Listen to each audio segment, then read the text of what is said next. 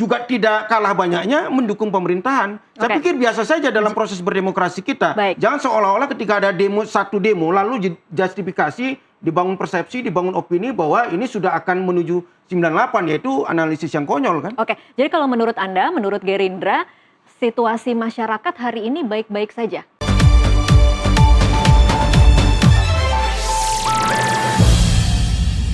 Saya geser dulu ke Bang Rey. Bang Rey, ini kan memang kita melihatnya Ketua Umum Projo duduk di samping mantan presiden, kemudian di depan relawan Projo bicara soal insting saya ini lebih cepat dari 2029. Sesuatu yang disengajakah atau ini keceplosan? Kalau ya karena itu kan diskusi terbatas ya istilah mereka itu. Yang menurut saya itu kalau ada unsur keceplosan itu karena ada video yang kemudian menyebar ke publik kan. Jadi sengaja ya Bang Rey? Mungkin mereka juga nggak tahu bahwa iya itu tadi kalau diskusi itu ya sengaja gitu, sengaja ada unit diskusinya itu atau tema diskusinya itu.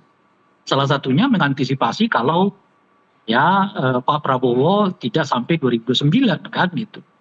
Nah tapi kalau disebut ada unsur tidak sengaja atau keceplosan atau apa, ya itu adalah soal penyebaran video ini. Nah saya nggak tahu apakah misalnya kawan-kawan Projo sadar bahwa ada yang videokan gitu, lalu sudah divideokan tiba-tiba kemudian disebarkan kepada publik. Gitu. Nah yang perlu dicari itu apakah itu sengaja atau tidak penyebaran ini. Nah itu mungkin yang perlu dicari. Bang Rey, sebenarnya kalau kemudian ini tidak direkam, tidak divideokan, dan tidak viral, ini sesuatu yang wajar menurut Anda? Kata-kata bahwa insting saya tidak akan sampai 2029 dikatakan di depan relawan Projo. Ya wajar karena bacaan saya ya, kan saya udah berulang kali menyatakan bahwa ada hubungan yang retak antara Pak Prabowo dengan Jokowi gitu. Jadi sebetulnya bukan hanya peristiwa Agustus ini saja menurut saya yang menjadi tema atau sebab tema dari soal antisipasi sebelum 2009 itu gitu. Tapi ya itu harus dirujuk sebelum-sebelumnya. Itu terkait dengan kelihatan makin tidak akrabnya Pak Prabowo dengan Pak Jokowi. Saya menyebut hampir ada 10 indikasi ya di mana keakraban Pak Jokowi dengan Pak Prabowo itu sebetulnya udah mulai yang saya istilahkan itu retak gitu. Nah akumulasi itulah yang menurut saya ditambah dengan peristiwa akan ada aksi besok gitu ya. Dan sebelum-sebelumnya itu yang tiba-tiba membuat diskusinya ke arah sana gitu. Tapi sebetulnya bukan hanya karena dipicu besok gitu loh. Tapi ya ada peristiwa-peristiwa politik yang terjadi sebelumnya. Khususnya hubungan antara Pak Prabowo dengan ditambah dengan hasil survei. Di mana hasil survei bahwa popularitas dan elektabilitas Pak Prabowo cukup jauh menurun kan. Sekarang sudah hampir di angka 51% gitu. Nah menurut saya 3 varian inilah. Varian pertama memang kelihatan hubungan Pak Jokowi dan Pak Prabowo. Yang saya menyebut ada sekitar 10 indikasi yang sampai kepada penyebutan retak gitu ya. Yang kedua adalah situasi besok tentu saja. Khususnya setelah ada gerakan di media massa, bukan gerakan sih, soal boikot bank tertentu gitu loh akibat aksi besok gitu. Dan yang terakhir adalah tentu saja soal elektabilitas Pak Prabowo yang jauh merosot gitu. Baik, jadi kalau kemudian mau disederhanakan menurut Bang Rey, kata-kata itu sebenarnya kata-kata Budi Ari atau kata-kata Pak Jokowi yang kita dengar? Saya malah berpikirnya mungkin sudah menjadi bahan diskusi umum di antara mereka, meskipun tentu sangat kolektif umum itu dalam pengertian mungkin di tingkat elitnya, maka pertemuan yang kemarin itu mau disosialisasikan. Nah, jadi mungkin sudah ada semacam kesimpulan gitu ya kira-kira ya, yang secara intuitif gitu kan, mengikuti istilah yang dipergunakan oleh Bu Ari, kayaknya ini nggak akan sampai 2009. Dengan 3 indikator yang kita sebutkan itu tadi ya, elektabilitas menurun, popularitas menurun, makin tidak terkonsolidasi kekuasaan ya, lalu ada hubungan yang tidak akrab ya, kemudian aksi-aksi yang makin membesar dan seterusnya gitu. Jadi oleh karena itulah mungkin sudah ada pradiskusi kan kalau saya ingat saya Bung Ferdi Manik ya Freddy Manik menyebut bahwa sebelum itu dari Frida Manik sebetulnya sudah ada diskusi dengan Pak Prabowo, Pak Jokowi, bahkan Budi Ari juga menyebut ini juga sudah saya sampaikan kepada Pak Jokowi gitu. Jadi diskusi kemarin itu adalah upaya mensosialisasikan lebih terbuka lagi gitu. Jadi kalau diskusi-diskusi kesimpulannya udah mereka ambil sebelumnya mungkin ya di lingkaran elit Projonya dan mungkin sebagian dari orang-orang di Pak Jokowi gitu. Nah sekarang mau disosialisasikan. Oke, baik. Sosialisasikan dalam pengertian kalau terjadi apa yang harus dilakukan. Oke. Saya akan kembali lagi nanti ke Bang Rey soal itu, tapi saya mau ke Pak Sugiat untuk tahu bagaimana sebenarnya respon di Partai Gerindra, termasuk apakah Pak Prabowo mendengar soal ini?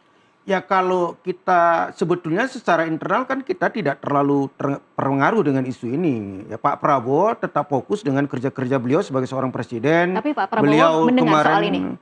Ya pasti beliau akan menyerap setiap informasi yang masuk ke beliau. Tapi saya ingin mengatakan bahwa ya sekarang lah misalnya Pak Prabowo sedang fokus bagaimana menuntaskan kebakaran di Kalimantan. Kemudian lanjut ke penanganan gempa di NTT. Saya pikir begini, ya kalau kita ingin membangun tradisi politik yang baik, ya saya pikir, ya misalnya lah tadi disampaikan oleh Bang Rey Rangkuti bahwa terjadi, asumsi Bang Rey Rangkuti terjadi keretakan. Saya tidak melihat seperti itu.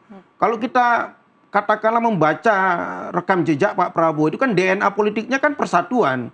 Beliau akan semaksimal mungkin bagaimana seluruh elemen bangsa itu bisa bersatu, bisa katakanlah bersama-sama membangun Indonesia. Kalaupun nanti pada momentumnya ada perhelatan politik, ya beliau juga tidak ada masalah, silakan berpastabikul khairat, berlomba-lomba untuk berbuat kebaikan supaya dipilih oleh rakyat, nggak ada masalah. Persaingan itu adalah sesuatu yang alami dan tidak menjadi kendala dalam konteks persatuan. Jadi kami tidak terlalu khawatir terhadap persoalan itu. Tapi saya ingin sekali lagi bahwa diskursus kita ingin membangun pencerahan terhadap publik, terhadap masyarakat. Jangan, ya kita kan kenapa Undang-Undang Dasar itu mengatur 5 tahun, supaya jangan kita setiap hari, setiap minggu, setiap bulan, setiap tahun perbincangannya hanya politik kan. Bahwa bangsa ini tidak akan dituntaskan hanya dengan perbincangan politik kan. Pak Prabowo kan mengatakan itu, bahwa nanti kalau ada momentumnya politik, kita diskusikan persoalan politik, kita berlomba-lomba. Tapi sebelum ada momentumnya itu, ya kita fokus dulu terhadap persoalan-persoalan kebangsaan. Dan itu yang sedang dilakukan oleh Pak Prabowo. Dan bagi Gerindra juga seperti itu. Kami tidak terpengaruh, kami mengawal bagaimana kebijakan Pak Prabowo ini itu bisa tereksekusi dengan baik dan bisa memberi manfaat kepada rakyat. Terkait dengan kesejahteraan dan lain sebagainya. Baik, saya ingin mengutip lebih panjang karena kan kemudian yang kita dengarkan hanya potongan videonya ya Pak Sugiat. Ini saya bacakan lagi. Pengalaman dengan gerak sejarah, ini ada yang abnormal di masyarakat saat ini. Ini demo Pati, Madura, demo lagi ikut pertandingan. Ini kayak pasukan pengamanan masyarakat Swakarsa nih tahun 1998. Pasti kalah yang preman. Ini terjadi yang namanya, kalau menurut saya, terjadinya yang namanya patahan sejarah. Bagaimana tahun 97 tiba-tiba pemilu berikutnya 99. Potensi ini bukan tidak ada, sangat besar dan keresahan masyarakat dan kondisi ekonomi saat ini betul-betul tidak membuat masyarakat happy. Silakan komentar Anda. Di setiap periodisasi presiden selalu ada demonstrasi, selalu ada unjuk rasa, bahkan mungkin di periode-periode sebelumnya lebih besar. Tapi kan tidak juga terjadi seperti yang menjadi analisis dari Budi Ari. Dan saya pikir begini, itu kan analisis personal dan beliau pada hari ini kan sudah mengatakan bahwa itu asumsi pribadi kan. Dan tidak, ya mohon maaf ya, tidak juga memiliki bobot atau kekuatan politik yang sangat signifikan dari analisis tersebut. Kenapa? Pertama adalah konsolidasi politik di tingkat parlemen, itu sudah sangat kuat kan. Bagaimana pemerintahan Pak Prabowo beserta seluruh partai politik, even PDIP sekalipun, itu ya tetap mengkritik selama masih ada hal-hal yang katakanlah menyimpang dari hajat hidup rakyat, tapi tidak ada agenda-agenda seperti itu. Yang kedua, saya pikir begini, jangan kita membangun opini seolah-olah bahwa demonstrasi, misalnya dalam konteks penolakan MBG, ada memang demonstrasi menolak MBG, tapi ada juga demonstrasi yang juga tak kalah besarnya itu mendukung MBG. Begitu juga misalnya ada demonstrasi katakanlah menyampaikan keluhan-keluhan terhadap kinerja pemerintah. Tapi ada juga demonstrasi yang itu juga tidak kalah banyaknya mendukung pemerintahan. Saya pikir biasa saja dalam proses berdemokrasi kita. Jangan seolah-olah ketika ada satu demo lalu justifikasi, dibangun persepsi, dibangun opini bahwa ini sudah akan menuju 98, yaitu analisis yang konyol kan. Oke, jadi kalau menurut Anda, menurut Gerindra, situasi masyarakat hari ini baik-baik saja? Tidak benar itu ada abnormal di masyarakat saat ini, masyarakat tidak happy. Menurut Pak Sugiat, masyarakat hari ini baik-baik saja? Ya kalau misalnya kami lah terjun ke dapil masing-masing, misalnya dalam persepsi saya tidak mungkin bisa juga menjangkau seluruh Indonesia. Tapi kalau di Sumatera Utara misalnya baik-baik saja. Ya pro kontra terhadap persoalan kinerja pemerintah itu di setiap periode presiden ada.